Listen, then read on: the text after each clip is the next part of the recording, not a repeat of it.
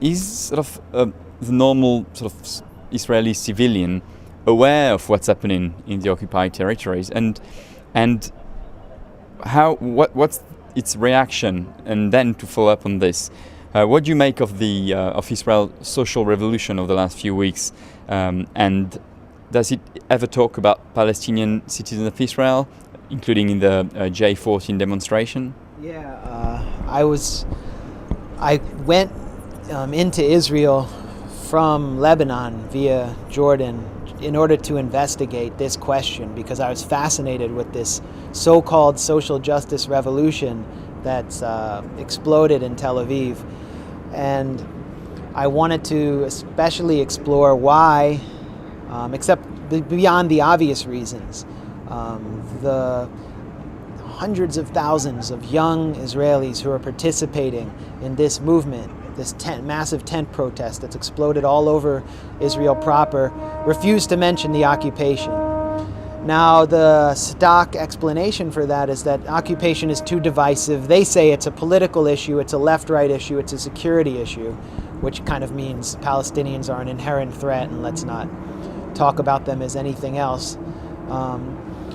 But I went to a talk at the Zionist Organization of America's house in Tel Aviv a few nights ago, and I spoke to Gidi Greenstein, who is the head of a think tank called the Reut Institute. You might have heard of it because of their initiatives against quote-unquote delegitimization, which is actually the exposure of what is not legitimate.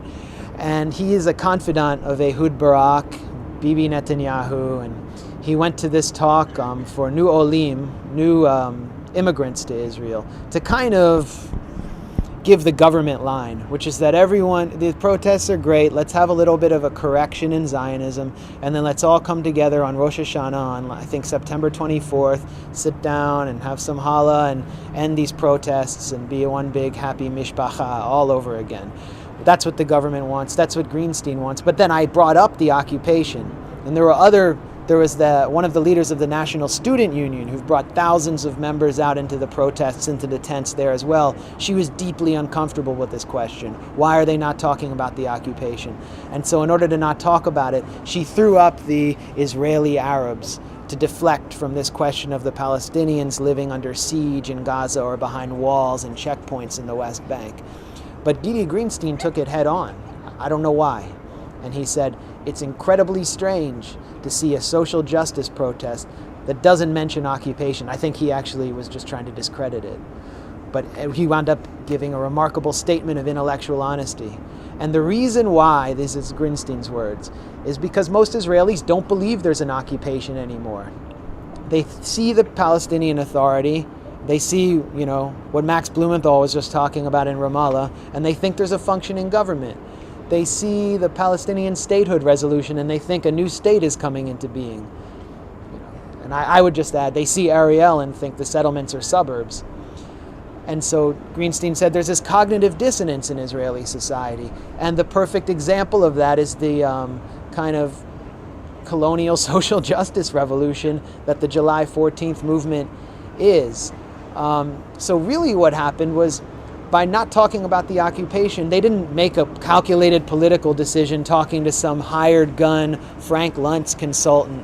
It was an organic reflection of the mood of Israeli society that the Palestinians under occupation and in the refugee camps are invisible. This is the success of Israel's separation principle, which was first envisioned by Vladimir Jabotinsky, the radical right ideologue, in his 1922 essay, The Iron Wall, where he said, our policy towards the Arabs in toto will be an iron wall which is insurmountable. This policy was not implemented by radical rightists. It was implemented first by Yitzhak Rabin and Haim Ramon through Oslo. First after 1988, they started revoking work permits from Gaza.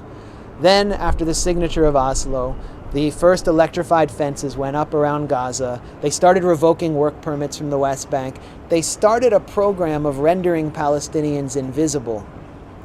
And the Zionist left is to blame for the disappearance of Palestinians from Israeli life, not the right. In fact, Jabotinsky imagined sort of living among them in an apartheid situation, and the military and different and an elaborate matrix of control serving as the means of keeping them suppressed. What the Labor Party has done is something much more concrete, and it was fulfilled obviously through Ariel Sharon, who came out of the Labor Party through his benefactor Moshe Dayan. Even though he's the founder of Likud, he has roots in labor, and he did this through Kadima by creating a new coalition that included members of the Zionist left. Peace Now demonstrated in favor of the Gaza withdrawal and the separation wall.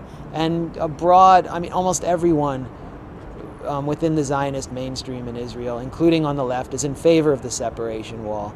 And what it's done is fulfilling the disappearance of Palestinians, and we see it most clearly reflected in sort of a shocking way in a social justice revolution that refuses to mention Palestinians under occupation. Now, you asked about Palestinians inside Israel, and I've interviewed a lot of them.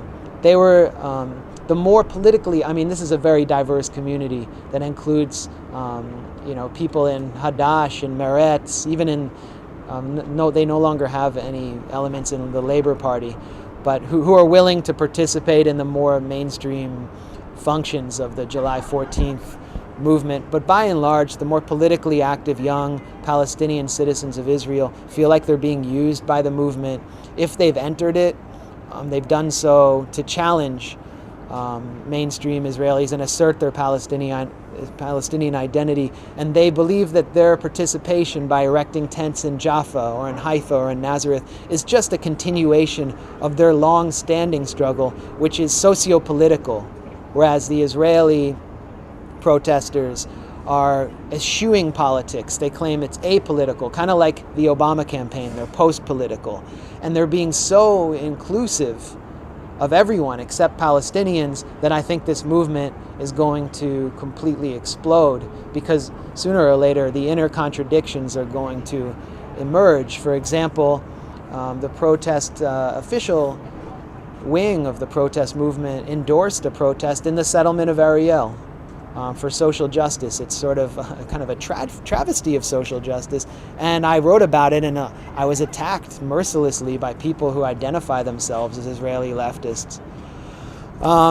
And now you have an escalation, military escalation with Gaza, which we can talk about in detail, but I think the rifts are going to start to emerge because of this, and because the more mainstream or even right-wing elements are going to seize the initiative within this movement to force left-wing movements to actually start to rescind their demand that they talk more vocally about treatment of Palestinians.